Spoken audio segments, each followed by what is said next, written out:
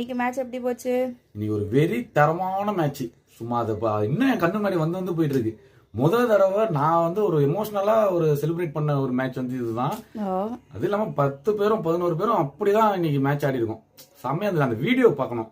ஏன்னா இன்னைக்கு நான் ஆடினதெல்லாம் நம்ம வீடியோ கிடையாது. இன்னைக்கு கடைசியில அந்த 5 பால் ஆடினாங்க பாரு, அதுதான் இன்னைக்கு பாரு அந்த செலிப்ரேஷனோட அந்த வீடியோ பாக்குறோம். இப்ப 5 பால் 9 ரன்.